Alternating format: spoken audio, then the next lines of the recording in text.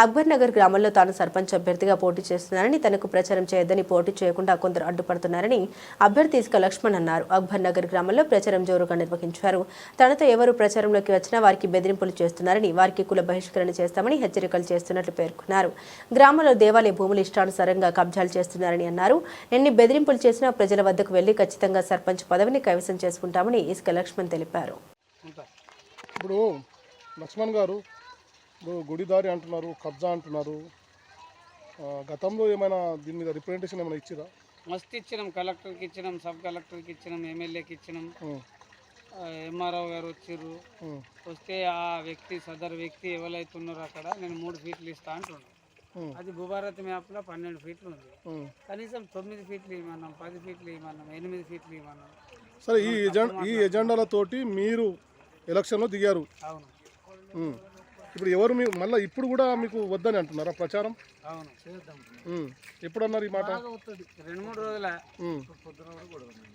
ఎట్లా ఇవన్నీ తట్టుకొని ఏ విధంగా ముందుకు వెళ్తారు? జనాలు మీకు సపోర్ట్ చేసే పరిస్థితి ఉన్నారా?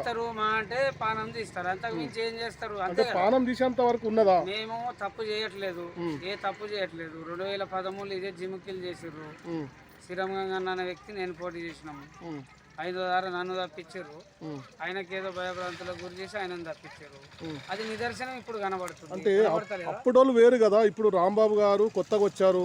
ఎమ్మెల్యే పోచారం శ్రీనివాసరెడ్డి నిలబెట్టిన అభ్యర్థి.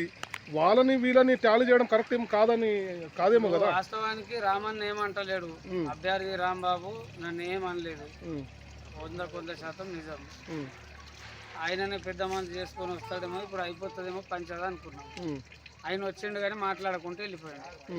అంతే జరిగిన విషయం ఇది.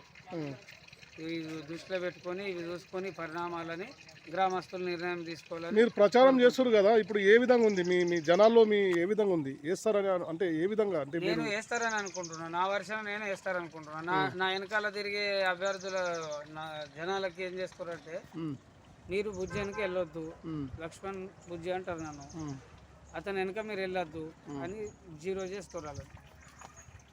ఇది